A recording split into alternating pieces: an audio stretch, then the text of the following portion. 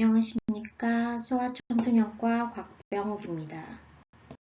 소아감염병은 수직감염, 선천감염을 포함한 출생 전부터 청소년기에 이르기까지 소아청소년의 감염병을 다루고 있으며 다음과 같은 특징이 있습니다. 먼저 소아는 신생아기, 영아기, 학童기, 청소년기 등 연령에 따라 호발되는 병원체가 다르고 대체로는 세균감염보다 바이러스 감염이 흔합니다. 그리고 미숙아를 포함한 면역저하자, 기저질환자 등 고위험군에서는 기회감염 및 중증감염을 주의해야 하며 태내감염, 분만시 노출 등 모체를 통한 감염 및 가족이나 돌보는 사람을 통한 감염을 고려하고 어린이집, 학교, 학원 등 집단생활 환경에서 발생하는 감염을 주의해야 하는 특징이 있습니다.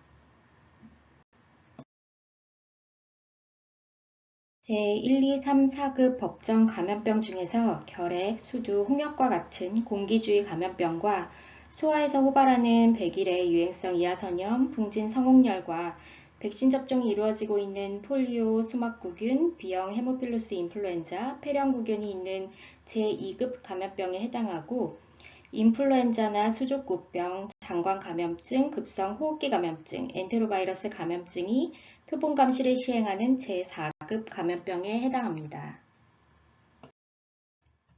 격리가 필요한 감염병 중 결핵, 수두, 홍역은 공기주의 감염병으로 수두는 모든 피부병변에 딱지가 생길 때까지, 홍역은 발진 발생 후 4일까지 격리가 필요합니다.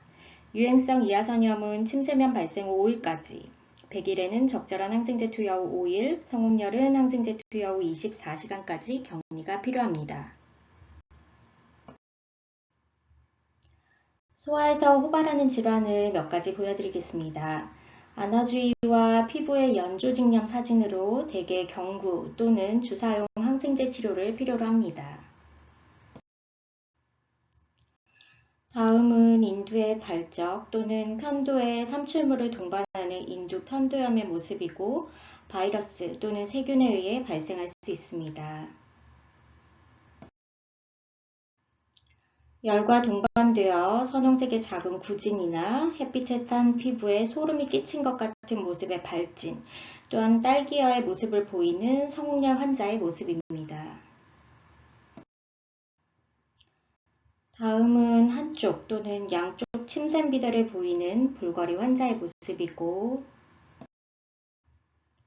수족구병은 병명 그대로 손발의 수포성 발진과 궤양성 입안 병소를 보이고 있습니다. 또한 이러한 발진은 엉덩이에도 종종 나타날 수 있습니다. 수두와 대상포진 사진으로 수두 바이러스에 의해서 주로 소아에서는 초에 감염되면 수두, 재활성화되면 대상포진의 형태로 나타납니다. 돌발진은 주로 어린 영아에서 3, 4일간 고열 이외에 다른 증상이 없고 열이 떨어지면서 사진과 같은 발진을 보이는 바이러스 질환입니다. 열성 경련을 동반할 수 있기 때문에 주의가 필요합니다.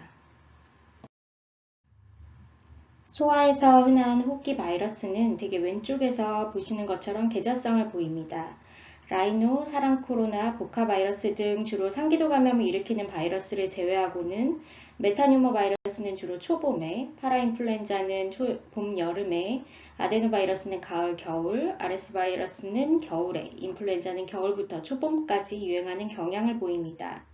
그러나 코로나19 팬데믹 이후로는 이러한 계절성이 이전과 바뀌면서 2021년 가을에는 파라인플루엔자가, 2022년 가을에는 메타뉴모 바이러스가, 연초에는 RSV가 많이 유행하였고 올해 여름에는 아데노바이러스가 많이 유행하였으며 인플루엔자가 현재까지 지속적으로 검출되고 있습니다. 소아에서는 계절별로 또 연령별로 여러가지 다양한 바이러스 질환이 있기 때문에 저희 소아청소년과에서는 보통 호흡기 감염으로 입원을 하게 되면 멀티플렉스 바이러스 PCR 검사를 하여서 원인 병원체가 무엇인지 살펴보고 있습니다. 인플루엔자에 대해서 간단히 말씀드리면 인플루엔자 바이러스는 항원성의 변이가 많아서 매년 접종이 필요하고 2009년 신종플루와 같이 대변이에 의해서 팬데믹이 발생하기도 합니다. 발열이나 근육통, 오한, 두통, 식욕부진 등의 전신 증상을 보이고 소아는 성인보다 비특이적인 증상을 보일 수 있으며 중이염이나 폐렴, 심근염 등의 합병증이 나타날 수 있고 대개는 항바이러스제로 치료를 하게 됩니다. 아마도 다들 이미 접종하셨겠지만 질병관리청에서 제안하는 인플루엔자 백신의 우선 접종 대상자는 다음과 같습니다.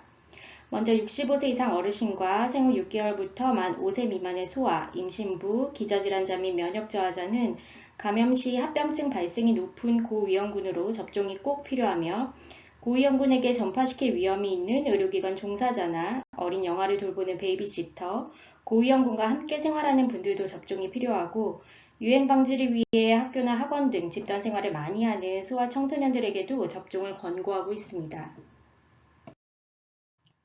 다음은 2023년 만 12세 이하 소아 청소년의 우리나라 표준 예방접종 일정표입니다. 예방접종은 크게 국가, 임시, 기타 예방접종으로 나눌 수 있는데 국가 예방접종은 국가가 권장하는 예방접종으로 보건소와 지정의료기관에서 국가 예방접종 사업을 통해서 접종 비용을 지원하는 것으로 앞서 보신 표에 있는 접종이 모두 여기에 포함되어 있습니다. 임시 예방접종은 감염병이 급격히 증가하거나 신종 감염병이 발생할 시에 임시로 시행하는 것으로 2009년 신종 인플루엔자나 2021년 코로나19 예방접종이 여기에 해당합니다. 그 외에 의료기관에서 유료로 접종받을 수 있는 것으로 경피용 BCG나 수막구균, 대상포진 백신, 국가 사람 유두종 바이러스 백신 등이 기타 예방접종에 해당합니다. 이렇게 예방접종을 권장하는 것은 백신 접종으로 인하여 질병의 발생과 사망률이 현저히 낮아졌기 때문입니다. 디프테리아나 폴리오, 천연두 등은 발생과 사망이 거의 없을 정도로 감소하였습니다. 예방접종을 빠뜨리지 않고 적시하도록 돕기 위하여 우리나라에서는 여러 가지 사업을 하고 있는데 먼저 만 12세 이하 어린이에게 필수 예방접종의 비용을 지원하는 어린이 국가예방접종 지원 사업이 있고 초등학교나 중학교 입학 시 직전까지 해야 하는 즉 초등학교 입학 전에 DTP, 폴리오, MMR, 일본 뇌염과 중학교 입학 전에는 Tdep, 일본 뇌염, HPV 접종이 이루어졌는지 확인하는 사업을 하여 접종이 누락되지 않도록 하고 있습니다. 이외에도 13세 이하 어린이와 임신부 65세 이상 어르신을 대상으로 하는 인플루엔자 지원 사업 및 만 17세 이하 여자아이들을 대상으로 하는 HPV 지원 사업 등이 있습니다. 많이들 아시겠지만 질병관리청의 예방접종 도우미에 본인과 자녀를 등록하여서 접종 여부를 확인하실 수 있고 각각의 탭을 클릭하면 접종 기간과 일자, 백신명, 로트 번호까지도 확인을 하실 수 있습니다.